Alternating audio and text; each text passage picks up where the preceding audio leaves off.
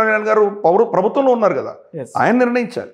ఇప్పుడు మీరు ధర్మ ట్రస్ట్ అంటున్నారు, బోర్డు అంటున్నారు, అది సపరేట్గా ఏం చేస్తుందో తర్వాత ఆలోచన చేద్దాం.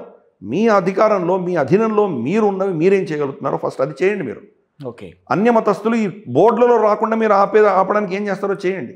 రైట్. అన్య మతస్థులు ఈ యొక్క హిందూ ట్రస్ట్ బోర్డ్స్లో ఉద్యోగులుగా నియమించినటువంటి వాళ్ళని ఏం చేస్తారో అది చేయండి ఫస్ట్. రైట్. సో ఇటువంటి నిర్ణయాలు మీరు చేస్తే కనుక అప్పుడు మీరు చెప్పేదానికి మీరు చేసేదానికి మధ్యలో చాలా చిత్తశుద్ధి ఉంది, మీరు చెప్తున్న దాంట్లో పారదర్శకత ఉంది అని మనం నమ్మొచ్చు. లేదంటే పొలిటికల్ రిటారిక్ మాత్రమే అవుతుంది. ఆమ్ ఆద్మీ పార్టీ మొత్తం కరప్షన్ని ఆమూలంగా పెకిలిచ్చేస్తాం మేము అది ఇది అని చెప్పారు.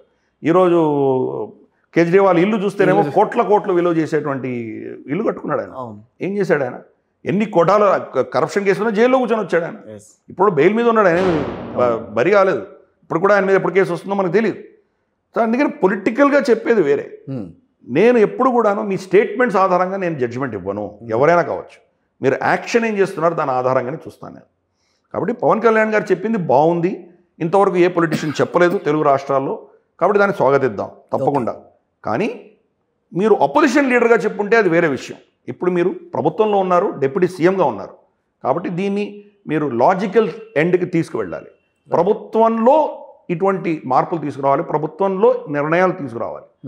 అది మీరు చేసిన రోజు మేము మీకు దాసోహం అంటాం. ఇందాక మనం ఉదయనిధి స్టాలిన్ గురించి ఒక మాట మాట్లాడుతుంటే పొలిటికల్గా పెడతాను తర్వాత అన్నారు. సో తమిళనాడులో ఎందుకు అటువంటి సిచ్యువేషన్స్ తీసుకొస్తున్నారు అసలు? తమిళనాడు అన్నది ఒక పెద్ద ప్రాజెక్ట్, స్పిరిచువల్గా చాలా ప్రాశస్త్యం ఉన్న స్టేట్ అని మాట్లాడుకుంటాం మనం అందరం కూడా.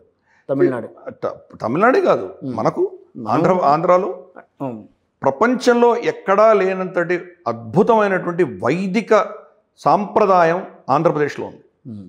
మన గోదావరి జిల్లాలో అమలాపురం ఈ ప్రాంతాల్లో అంతా మన బొబ్బర్లంక, కీసనకుర్రు, అక్కడ ఆ ప్రాంతాలంతా కూడా మన దివిసీమ మన ఏమంటారంటే మనకు గోదావరి లంకలు కోనసీమలో ఉన్న వేద నిధి, వేద సంపద ప్రపంచంలో ఎక్కడా లేదు, మొత్తం అక్కడ నిక్షిప్తమైంది. కానీ ఈరోజు పరిస్థితి ఏంటి? ఈరోజు అంటే తమిళనాడులో కావచ్చు, ఆంధ్రప్రదేశ్లో కావచ్చు, దక్షిణాన ఎస్పెషలీ నార్త్ కంపేర్ చేసి చూస్తే మనకు సాంప్రదాయమైనటువంటి వ్యక్తులు ఇక్కడ చాలామంది ఉన్నారు. ప్రాబ్లం ఎక్కడొచ్చింది అంటే కనుక బ్రిటిష్ వాళ్ళ ఒక కుట్ర ప్రకారము క్రమేపీ వాళ్ళ అధీనంలో ఉన్నటువంటి ప్రాంతాలన్నింటినీ కూడా చాలా మటుకు మత మార్పిడి చేశారు. ఈరోజు ఒడిస్సా కోస్ట్ నుంచి తీసుకొని తమిళనాడు కన్యాకుమారి దాకా చూస్తే కనుక మొత్తం కోస్టల్ బెల్ట్లో క్రిస్టియన్స్ సంఖ్య అఫీషియల్గా 1%, 2%, 2.5% చూపిస్తున్నారు. కానీ అన్అఫీషియల్గా వైసీపీ మినిస్టరే, అది పేరు మర్చిపోయాను నేను, 30% పైన క్రిస్టియన్స్ ఉన్నారు అతనే చెప్పాడు. సో ఇది కంప్లీట్గా మారిపోయారు. దానితోటి అదొక ఓట్ బ్యాంక్ అయింది, పవర్ఫుల్ ఓట్ బ్యాంక్ అయింది. ఈరోజు యాక్చువల్గా దేశ విభజన కోసం అడుగుతున్నారు. మీరు చూసారో లేదో ఒక వీడియో, ఒక ఆంధ్ర పాస్టర్, ఇది నీ మాతృభూమి, నీ తల్లి ఛాతి మీద నేను కొడుతున్నాను, ఏం పీక్తారో పీక్కోపోండి అని చెప్పి కాలుతో తొంతున్నాడు కింద.